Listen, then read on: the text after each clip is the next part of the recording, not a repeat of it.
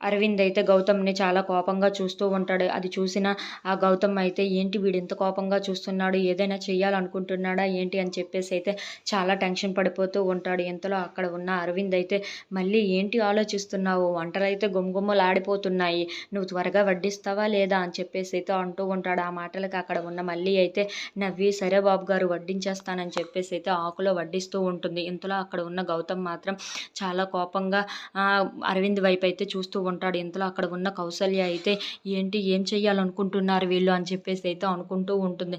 ఇంతలో అక్కడ ఉన్న మల్లి మాత్రం వాళ్ళకి వడ్డిస్తూ ఉంటుంది. అది గమనించిన అరవింద్ మాత్రం కౌసల్య గారు మేము ముగ్గురం కలిసి ఎక్కడికి వెళ్ళామా అని చెప్పి అడిగారు కదా మీరు.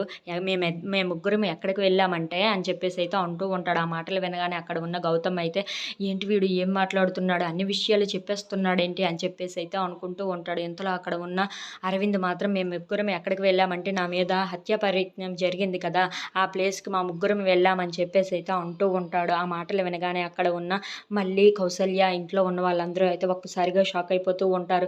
ఏంటి అక్కడికి ఎందుకు వెళ్లారు బాబు అని చెప్పేసైతే కౌసల్య అడుగుతూ ఉంటుంది. అదే ఆ ప్లేస్‌ని ఒకసారి చూద్దామని అలా వెళ్ళాము అని చెప్పేసైతే అంటూ ఉంటాడు.